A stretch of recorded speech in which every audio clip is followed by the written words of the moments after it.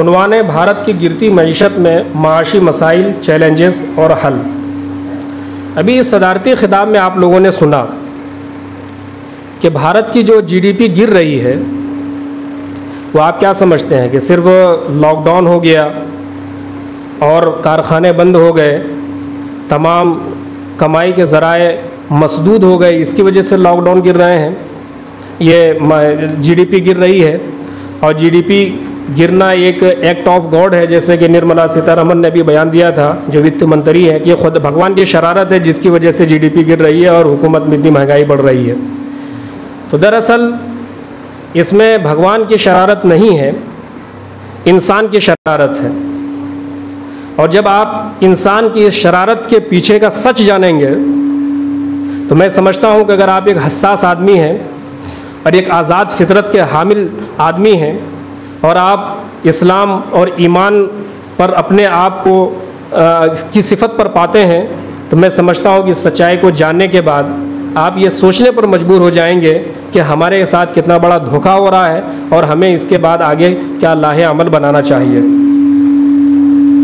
आप थोड़ा सा माजी की तारीख़ में चलिए, जैसे कि सदारती खिताब में इशारा भी किया गया था कि जब अंग्रेज़ों ने भारत पर कब्ज़ा किया और उस वक्त मुग़ल शासन थे, तो उस वक्त का डेटा चेक कर लीजिए।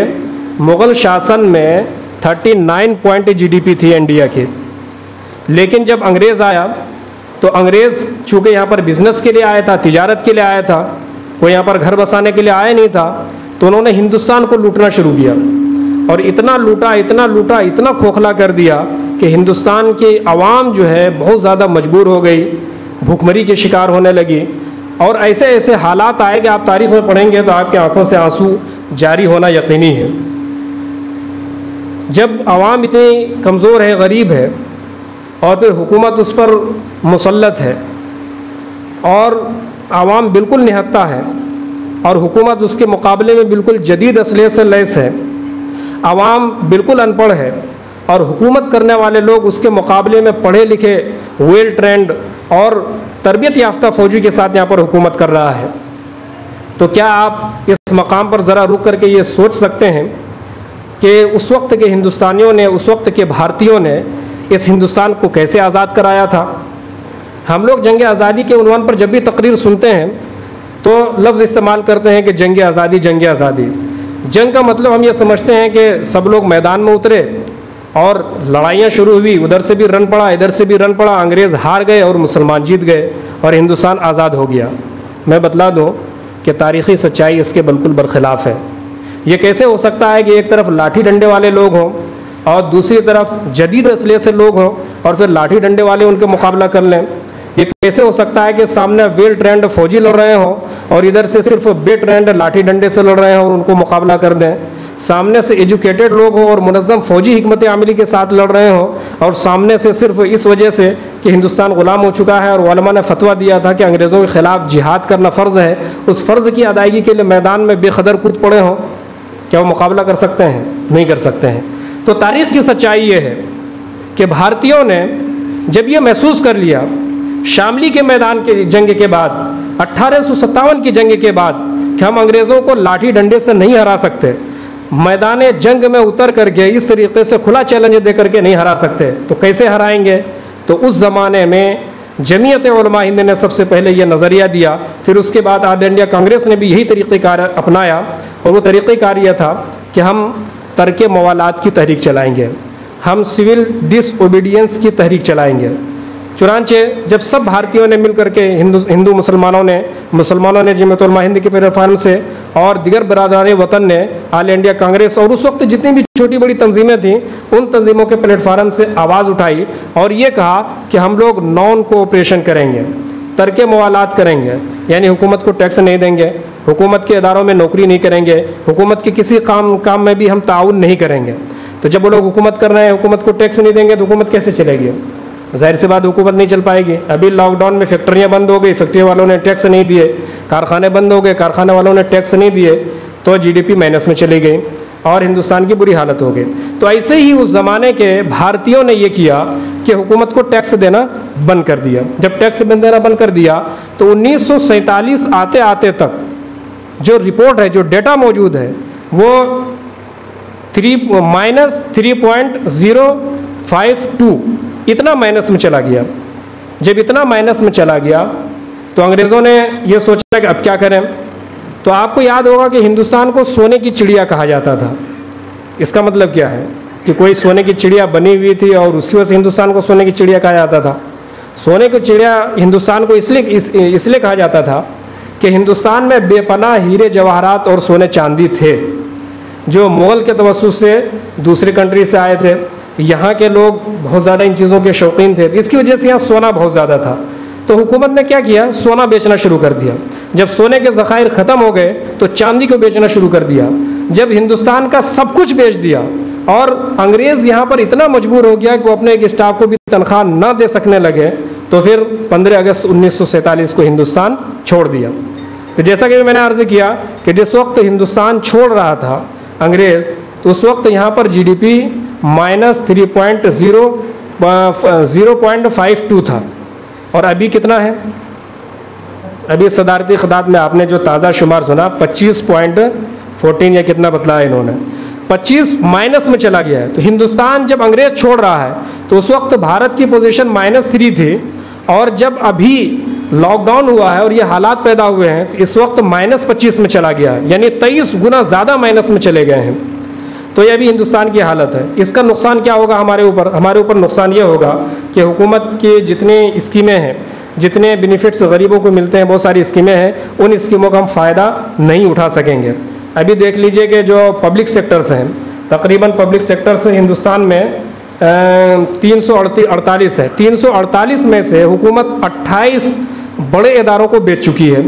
इसी तरीके से बड़े बड़े लोगों को कर्ज दे करके जो बैंकिंग सिस्टम है, बैंकिंग सिस्टम को हुकूमत तबाह कर चुकी है और 40,000 करोड़ रुपए NPA बन चुका है।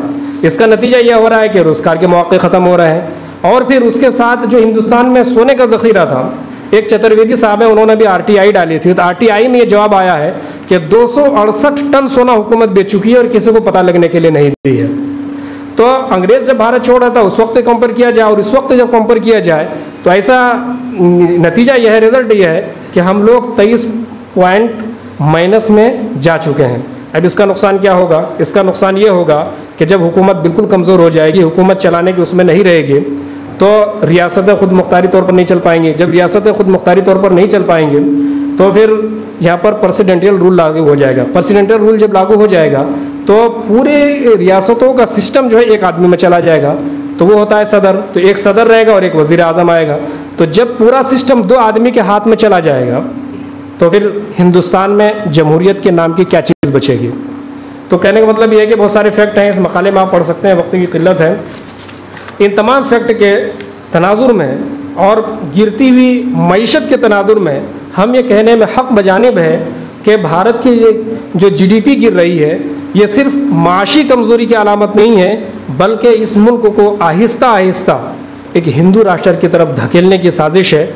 और जब तक हम इस साजिश को समझेंगे नहीं तब तक हम आगे के लिए कोई बेहतर प्लान नहीं कर सकते। तो फिर ऐसे में क्या होगा? जब हुकूमत की GDP गिर रही है और हम जहाज़ ख़त्म में बैठे हैं तो हम यहाँ पर क्या कर सकते हैं? हम लोग जहाँ भी रहते हैं, जितने भी इंडियन जहाँ भी रहते हैं, वो किसी न किसी एतबार से वो हुकूमत के लिए माविन बनते हैं। हम मामूली 1 रुपये का माचिस ख़रीदते हैं तो माचिस ख़रीदने की वजह से हम हुकूमत को टैक्स देते हैं। आप माचिस ख़रीदेंगे उसमें लिखा हुआ रहता है इंक्लूडेड ऑल टैक्सेस। एक साबुन खरीदते हैं उसमें लिखा हुआ रहता है इंक्लूडेड ऑल टैक्सेस, यानी जितने हैं इसमें सब टैक्स हम दे चुके होते हैं, कंपनी हमारी तरफ से दे चुकी होती है, उसका पैसा हमसे एक्स्ट्रा लेता है। तो हम हुकूमत चलाने में, चाहे हम अमीर हैं या गरीब हैं, मुआविन होते हैं। जब मुआविन होते हैं और फिर हमारे साथ ये धोखा हो रहा है कि आहिस्ता आहिस्ता जो मुल्क है वो ग़ुलामी की तरफ जा रहा है, बल्कि मैं को ग़ुलाम हो चुका है, तो ऐसे में हम फाइनेंशियल मदद हुकूमत की कैसे कर सकते हैं?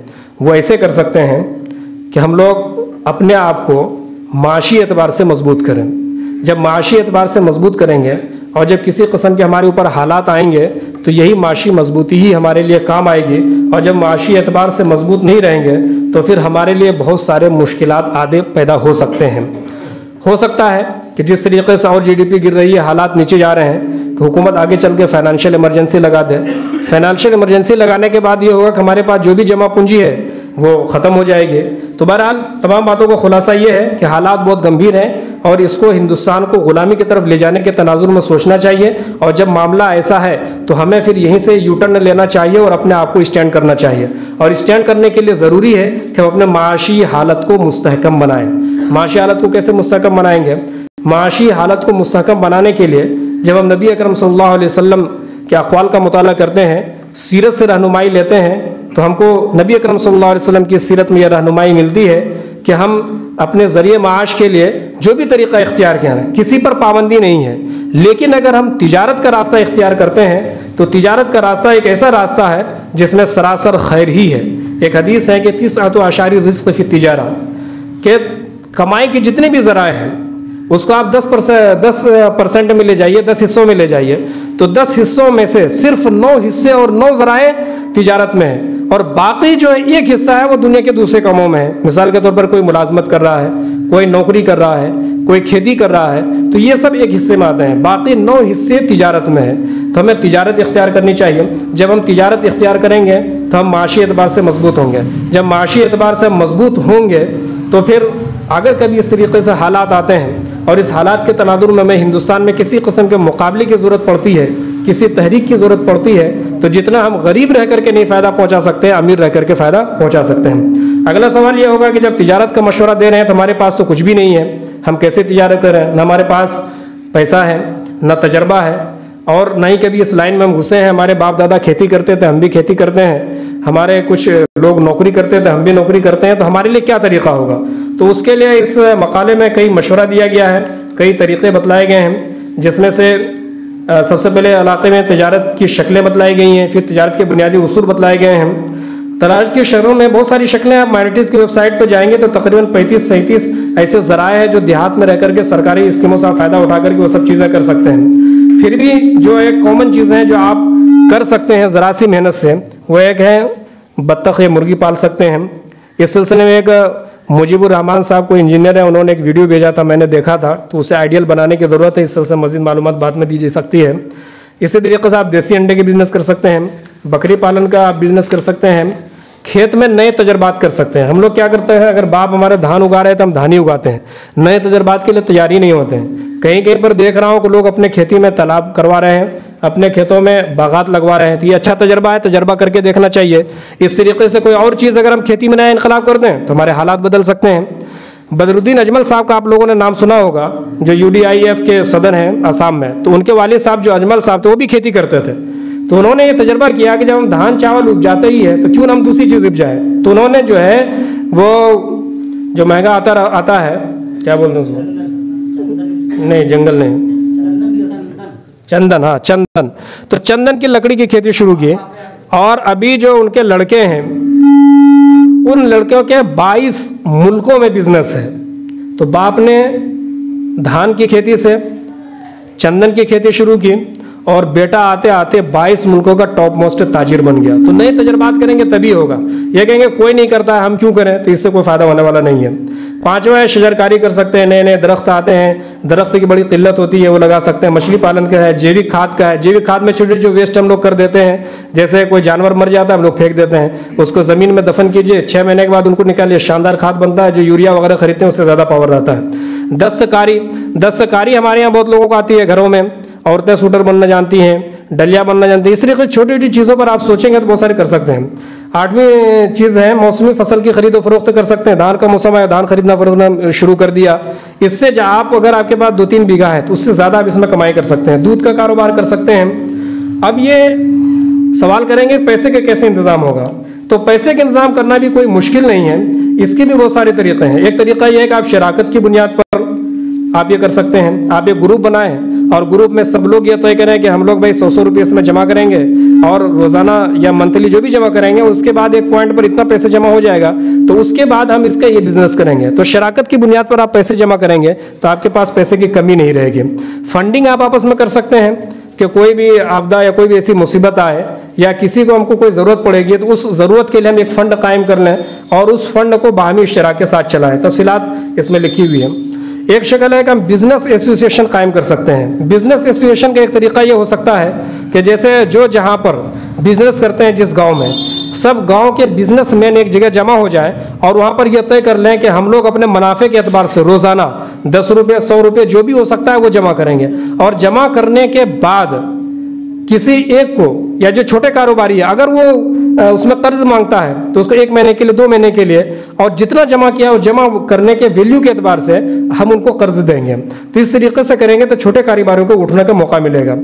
इसके अलावा एक पहले से एक कमेटी है जिसका नाम इसमें दिया गया है जहाजी हेल्प कमेटी। ये 3-4 साल से चल रहा है, जो बाहमी कर्ज ही फराहम करने के लिए बनाया गया है। तो इसके तजर्बा से आप फ़ायदा उठा सकते हैं, तफसीलात इनके जिम्मेदारों से पूछ सकते हैं। अगर ये तमाम चीज़ें आपके पास नहीं है तो बैंक लोन का भी एक सिस्टम है, आप अपने कारोबार के लिए बैंक लोन ले सकते हैं, मकान के नाम पर बैंक लोन ले सकते हैं। लेकिन चूंकि बैंक लोन सूदी कारोबार होता है, इसलिए ज़ाती तौर पर यह मशवरा दूंगा कि बैंक लोन देन से काम ना किया जाए। इसी तरीके से हमारे आसपास जो मुंजमद असासे हैं, उन मुंजमद असासे को भी आप रवां असासे में तब्दील कर सकते हैं। इसकी शक्ल क्या होगी? मिसाल के तौर पर हमारे एक ज़मीन है जो सड़क के कटा है, 2 बीघा है, और हमारा घर जर्जर है। अगर उस ज़मीन के किनारे की खेती के 2 बीघा जो हमारी ज़रूरत से भी ज़ायद है, कुछ भी बनाएंगे उसकी ज़रूरत से ज़ायद है, और उसको हम बेचते हैं तो 10 लाख रुपये कट्ठा बिकता है। तो घरों में तो हम तो ऐसा दिखा रहे हैं कि हमें छत डालने के लिए पैसे नहीं है, लेकिन सड़क के किनारे इतनी मालियत की ज़मीन हमारे पास मौजूद है कि अगर उनको 1 कट्ठा भी बेच देंगे तो हमारी बहुत सारी हालत बदल सकती है। तो मान लिया हमारे पास घर नहीं है, लेकिन एक सड़क किनारे 2 बीघा ज़मीन है, 2 कट्ठा की तो मैं बात करता हूँ, 2 बीघा मान लो ज़मीन है। इसी तरीके जो भी जिसकी ज़रूरत से ज़ायद है, अगर उनको बेच करके आप 10 लाख हाथ में लेते हैं, और 10 लाख में से आप 7 लाख 5 लाख जो भी जिस एतबार से कैपेसिटी इस एतबार से आप बिजनेस इन्वेस्ट करते हैं, तो कुछ सालों के अंदर आप उससे ज़्यादा नफ़ा रिटर्न ले सकते हैं उससे। और भी बहुत सारी चीज़ें हैं, वक्त हमारा ख़त्म हो रहा है। आखिर में ये बात ये कहना चाहेंगे कि आप लोग ये सुन रहे होंगे तो लग रहा होगा कि ये सब शेख चिल्ली वाले हैं, ये सब छोटी छोटी चीज़ें क्या पेश की जा रही हैं, इससे क्या होता है। और यही सोच सोच करके हमारी हालत ये हो गई है कि हमारे नौजवान हर वक्त बेरोज़गार घूमते रहते हैं, और सड़कों में किसी गली में चले जाइए हर जगह आपको बेरोज़गार नौजवान मिलेंगे। एक वाक़या है कि हज़रत उमर रज़ियल्लाहु ताला अन्हु जब यमन गए और यमन के नौजवानों को देखा कि नौजवान होकर के कोई काम नहीं कर रहे हैं, बेरोज़गार पड़े हैं, तो पूछा कि भाई तुम लोग कौन लोग हो? तो उन्होंने जवाब दिया कि हम लोग मुतवक्किलून हैं, अल्लाह पर तवक्कुल इतना है, अल्लाह ताला खिला पिला देता है, तो हम काम करके क्या करेंगे? तो हज़रत उमर रज़ियल्लाहु ताला अन्हु ने तारीख़ी जवाब दिया कि तुम लोग मुतवक्किल नहीं हो, तुम लोग मुतअक्किल हो, तुम लोग सिर्फ खाओ पियो हो, हराम खोर हो, तुम लोग काम करते नहीं हो, गार्जियन को परेशान करते हो, कमाई के ला के देते नहीं हो, और तुम्हारा घर बड़ी मुश्किल से चलता है। तो बहरहाल जितने भी नौजवान हैं उनको अपना वक्त ज़ाय नहीं करना चाहिए, और उनको किसी न किसी तरीके से इन चीज़ों से जुड़ना चाहिए। तो ये सब तजावीज़, ये सब शक्लें ऐसी लग रही हैं कि जैसे होने वाला नहीं है, लेकिन जब आप करेंगे और ज़िंदगी में रिस्क लेना सीखेंगे तो आपका काम ज़रूर होगा। क्यों? इसलिए कि उसूल फितरत है, अगर हौसले बुलंद हों और कामिल हो शौक़ भी, वो काम कौन सा है जो इंसान ना कर सके? तो आप इंसान हैं, आपके हौसले बुलंद हैं, आप ये मानिए कि हम ये कर सकते हैं, आप ये यकीन मानिए कि हमारे बस से कोई काम बाहर नहीं है। तो जिस दिन आप ठान लेंगे और जिस दिन आप अज़्म बिल जज़्म कर लेंगे, तो फिर ये हो ही नहीं सकता कि वो काम आपके दस्तरस से बाहर हो। तो ये हमारे मकाले कुर्बान था। इसलिए जमीयतुल ब्लॉक बसंत राय आपसे गुजारिश करती है कि आप लोग अपने वक्त को ज़ाय ना करें, मुल्क के हालात को देखते हुए, और आगे जो माशी भयानक हालात आ रहे हैं उन हालात से निपटने के लिए हम ज़रूरी हैं कि कुछ अपने लिए लाहे अमल तय कर लें। और बेहतरीन मशवरा ये है कि हम सब लोग तिजारत से जुड़ जाएं। तो जुड़ेंगे भाई? इस तरीके से और भी जो रहनुमाई की आप चाहते हैं तो रहनुमाई के लिए हमारे पास एक्सपर्ट मौजूद हैं, हम लोग भी उन्हीं लोगों से सीखते हैं जो आप लोगों तक पहुंचाते हैं। तो इस तरीके से कोई चीज़ भी आपको चाहिए तो आप इन उलमा से रब्ता रखिए, जमीयत उलमा से आप राब्ते में रहिए। इंशाअल्लाह इस सिलसिले में जो कुछ भी हो सकता है वो आपके लिए किया जाएगा, और हम सब मिल करके अगर इस इलाके को तरक्की का हब बनाएंगे तो फिर हमें तरक्की से कोई रोक नहीं सकता। वक्त ख़त्म हो गया, मकाले का कोई सवाल पेश करना चाहते हैं तो सवाल पेश कर सकते हैं, और अगर नहीं है तो फिर अगले मरहले की तरफ बढ़ेंगे हम। इस पर कोई सवाल करना चाहते हैं? रोजगार से जुड़ने के लिए उसके पास से पहले पूंजी होनी चाहिए, सरमाए की जरूरत है। कोई भी रोजगार करे तो उसके लिए पूंजी की जरूरत है, वो पूंजी कहाँ से उपलब्ध होगा? हाँ, पूंजी कहाँ से उपलब्ध होगा? तो ये बात मैंने अभी अपने मकाले में बतलाया, अपनी बात में रखा कि आप छोटे छोटे ग्रुप से पैसे जमा कीजिए, आप छोटे छोटे यूनिट से शुरू कीजिए। आप अगर 10 रुपये एक दिन में जमा कर सकते हैं तो 10-10 रुपये उसी मकसद से जमा कीजिए। घरों में देखते थे पहले बच्चों के लिए तिजोरियाँ होती थी, वो तिजोरी आप जमा कीजिए, फिर उस तिजोरियों को बड़ी यूनिट के साथ मिलाइए और बड़ी यूनिट के साथ मिला करके कोई बड़ा बिजनेस कीजिए। कोई मुश्किल काम नहीं है और हमारे कुछ साथी ऐसे ही कर रहे हैं और बिजनेस से थोड़ा बहुत मैं भी जुड़ा हुआ हूँ, तो मैं भी जो कुछ पॉइंट तक पहुँचा हूँ, जो कुछ हमारे पास सेविंग है इस बिजनेस के नाम से, मैंने भी इसी पॉइंट से जमा किया है। आगे कोई उस बिजनेस से आप कैसे जुड़े या किस किस्म की बिजनेस से जुड़े, क्या कहना चाहते हैं? जुड़े कैसे बिना पैसे? उसमें आपको बिना पैसे के मैं इस तरीके से जुड़ा कि हमने ये तय किया कि हमको अपनी कमाई में से 500 रुपये महीना जमा करना है। और जब एक मुद्दत भी मिकदार हो गया, सबसे पहले मैंने 10,000 से शुरू किया था। 10,000 रुपये जब इस तरीके से हमारे जमा हुए कई साल के बाद, तो मैंने अपने एक साथी को दिया, उन्होंने बिजनेस में लगाया, फिर वो हमें नफ़ा रिटर्न देते थे, वो नफ़ा मैं उसी में सेविंग करता रहता था। आज उस नफ़े की मालियत हमारे पास 1 लाख रुपये की है। और ये ज़्यादा पे हम बहुत लोग करते हैं, हम कर भी रहे हैं, मगर वो उधार खाने वालों की तादाद इतनी ज़्यादा है, वो तो ये जड़ समेत खा रहे हैं। देखिए, इसमें इस्लामी तालीमात का सहारा लिया जा सकता है। इस्लाम की तालीमात यह है कि आपके ऊपर जिसका हक़ वाजिब है, आप उसके हक़ को अदा कीजिए। अगर आप हक़ अदा नहीं करते हैं, आप किसी का राशन खा लेते हैं और नहीं देते हैं, तो सब खाना आपका हराम हो जाता है। और जब हराम खाएंगे, हराम पिएंगे, तो आखिरत में आपका क्या अंजाम होने वाला है वो आप जानते हैं। तो पूरे समाज की मेंटलिटी को बदलने की ज़रूरत है। यहाँ से हम ये आज़्म करके जाएंगे कि हमें बदलना है, और समाज में जो ये फ़िक्र रची बसी है कि किसी को बर्बाद करके दम लेंगे, इसको बिल्कुल बदल देंगे और अपोजिट में चले जाएंगे कि अब किसी को आबाद करके दम लेंगे। तो जिस दिन हम ये सोच लेंगे तो इंशाअल्लाह हमारा समाज आबाद होकर के रहेगा। ये लोन लेने का जो तज़किरा आया है इसमें, तो कहाँ तक सही या दुरुस्त है, ले सकते हैं या नहीं ले सकते? ये पूछ रहे हैं कि 2 तरीके सवाल हो सकता है, इसमें लोन लेने का तरीका क्या है, किस बेसिस पर लोन मिलता है और लोन लेना चाहिए या नहीं। तो गुफ्तगू मैंने कहा था कि बैंक लोन का जमीयत उलमा ब्लॉक बिल्कुल भी मशवरा नहीं देगी, इसलिए कि सूदी इसमें लेन देन होता है और उसके बाद जो उसमें जो चार्जेस लगते हैं, इंटरेस्टेड जो होते हैं, जिस बुनियाद पर लेते हैं, बहुत लग जाता है कभी कभी। उसमें सबसे बड़ी ख़राबी ये होती है कि आप जो लोन लेते हैं और सालाना टर्म मान लीजिए 4 पॉइंट उसमें अगर इंटरेस्ट लगता है, और 1 साल में मान लीजिए अगर आपने 4,000 लिया और एक साल में आपको 1,000 रुपये सूद बढ़ा, तो अगला जो आपका इंटरेस्ट उसमें जोड़ा जाएगा वो 5,000 पे कर देता है।